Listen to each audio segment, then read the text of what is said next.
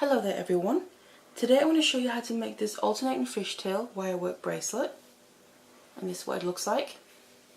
So you have, in this case I'm using both silver and copper wire to get a nice effect to it. You can really see the design of the braid there. So basically it's kind of similar to a fishtail technique of a braid, but just with a little twist to it. So if you want to learn how to make this, then keep watching. So it's these materials here that we're going to be using. First of all, here I have two different gauges of wire. They're both regular round coated copper wire.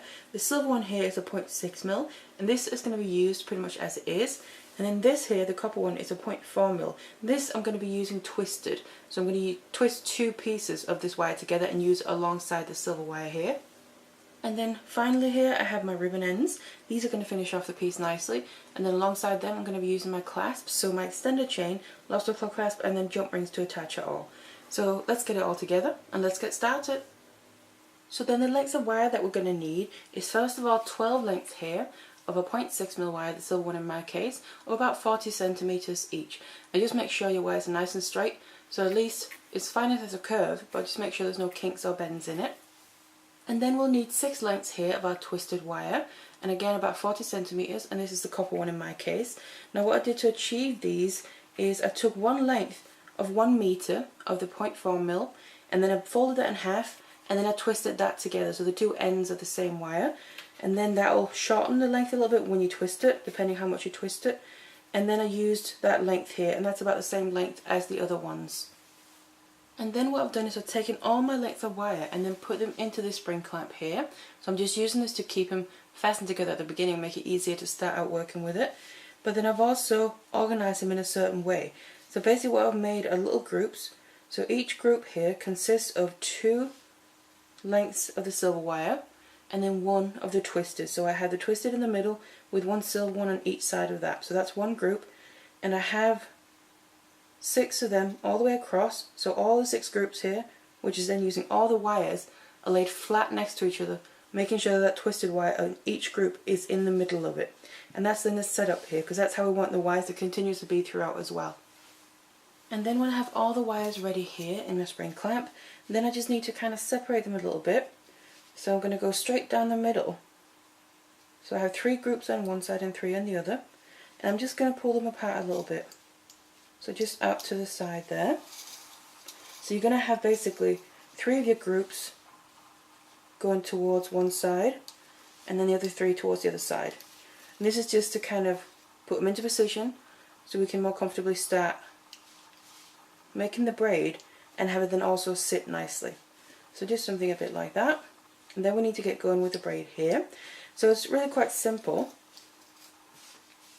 So what I'm going to start doing, I'm going to start from our right side. Doesn't matter what side you start from. So whatever's comfortable for you. And I'm always going to be working in groups. So these groups that I've made with the 3 wires, the twisted in the middle and the 2 silver on the outside, I'm always going to work with that as if it was one length. But I've just got the 3 lengths together as one. So make sure of that, and also make sure that they're always laying flat next to each other with that twisted in the middle. So keep an eye on that throughout.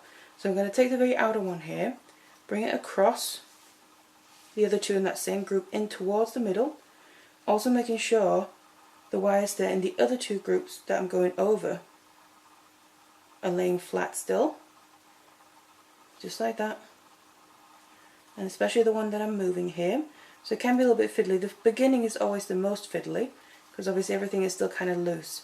But once we get going with the braid and we get into the rhythm of it, it's going to be much easier as we go. So bring that over, and then basically that's going to be in the middle, like that.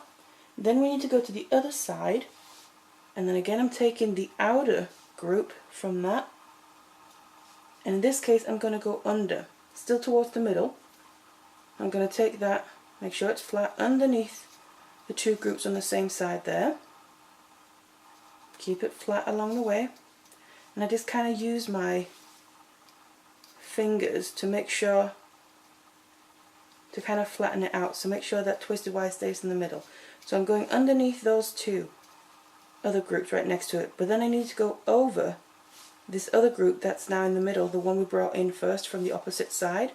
I'm bringing it over that one and then over to the opposite side. just like that. And then once I've done this, we're now basically back, you could say, to the starting position where we have 3 groups on each side. So there we go, and that's basically the movement. So now it's just a matter of continuing this and then finding your rhythm as well. So just to show you again, go back to the other side. So always go to the opposite side than the one you just used. So I'm going to take on the right side here the very outer one, and then we need to bring that over the next 2, and that includes the one that we just brought over because that's now part of this side. Take it over, make sure it stays flat, bring it in towards the middle, and then it comes in the middle there, where we're then waiting for the one from the other side, making sure the other 2 groups that I just went over are still flat.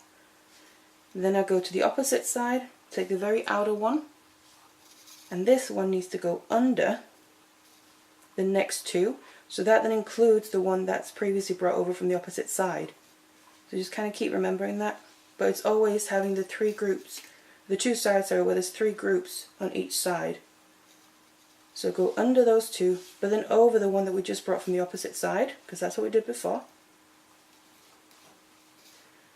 and then in towards the middle. And now how tight you want your braid really is up to you as well. You can keep it quite open or quite loose, or you can get it as tight as possible, but that really also depends how you then work with it. So it's a matter of finding your rhythm. So I like to have mine quite as tight as possible really, depending on the design. For this one I would like that, so I do want it tighter than this, but I always kind of allow a little bit at the beginning to find the rhythm until you get into the proper position as well to hold your wires, where you can then tighten in. What can also help is the groups that you're going over and under, kind of push them in the opposite direction to where you need them to go. So say for this one here I'm going to bring over, so I could push the 2 that I'm going over down just a little bit to create space for this to lay tighter towards them. The same thing on the other side, that goes underneath, so I can push them up a little bit, just gently, to create that extra space, and that makes the braid tighter as well. So that's basically the technique of it, like I said, and you can really play around with how tight and how the look you want it to be. So just keep going like this to use the technique to use up the rest of your wires. I then kept braiding here till I reached the point where I don't really have much wire left to use comfortably, and then this is the braid.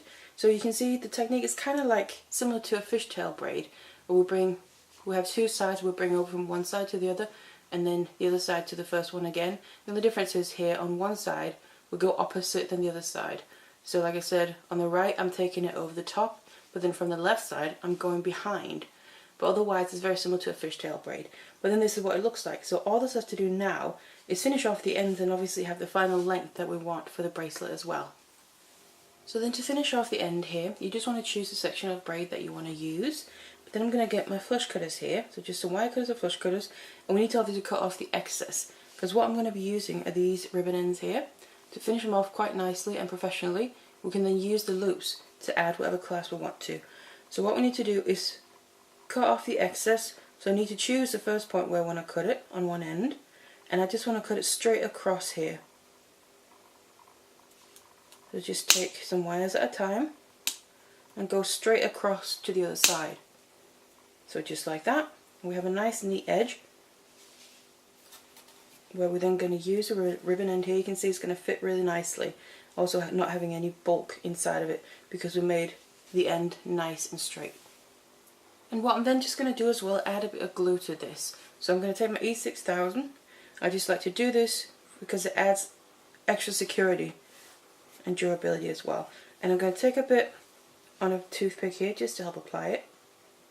Doesn't need to be too much. Also the good thing about this glue is nice and strong, and also it dries clear. So I'm going to then just put a little bit inside of the ribbon end here. Make sure it goes all the way up and down the sides of the inside. Doesn't have to be too much, like I said, but just a decent amount. Because if you add too much, it's just going to come spilling out anyway, because we're going to clamp this down. So like that. And then also what I have left on my toothpick, I like to just go over the end here and just get it right in between the wires. Because then when we bond the two things together, 2 pieces here, and we let the glue dry, it's going to really adhere nicely to each other. So just put the excess glue on the end, and then I'm going to take the ribbon end here, just place it on the end of the piece, the braid. Then we need to clamp it down, and what I like to do is hold my piece in my hand and then put a finger on each side just to help hold it steady so it stays in the position where I want it to. And then I take some flat nose pliers and start clamping it down. Now I just like to gently go in, start in one place, and gradually squeeze it further and further from side to side. And then when I feel like I'm really close to have it all the way down, I just take my fingers off, make sure it's stayed in the middle, and if it hasn't, you can just move it a little bit. And then I just go and do a final squeeze and do it nice and tight. And I always like to go in from the sides just to kind of close up the ends there. And if any glue does come spilling out, you can just wipe it off, just like that. And then obviously let the glue dry, but then you have that little loop that you can attach your findings to. What you would then do, that's the one end finish off. Obviously you need to do the same thing on the other end. All you want to just make sure to do is measure how long you need your piece to be. So measure from that end, and then find out where you need to cut on the other end. Obviously taking into account as well the class that you're going to use is going to add some length to it. So that could be anything from 1/2 inch to 1 inch depending on what you're using. So finish off the other end however long you need to be in the exact same way. So now that I've then finished off both ends here, and I've also just attached my findings, all I have to do is shape it so we can wear it as well, obviously. It can be a bit difficult to wear this.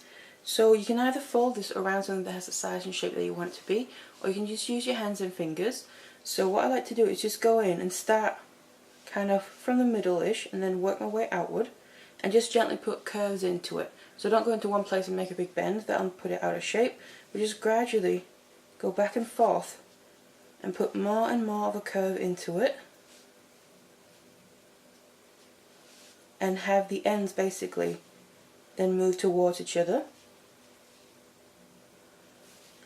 And what I personally prefer to do is make it a bit more of an oval shape rather than round, because I find that works better for a bracelet. It sits nicer on the wrist, I think. It doesn't really roll around in the same way as a round one would, and also it's more comfortable. So you're basically just working the ends together towards each other there on the back, you could say. And getting the bracelet more and more in a nice shape here, nice wearable shape.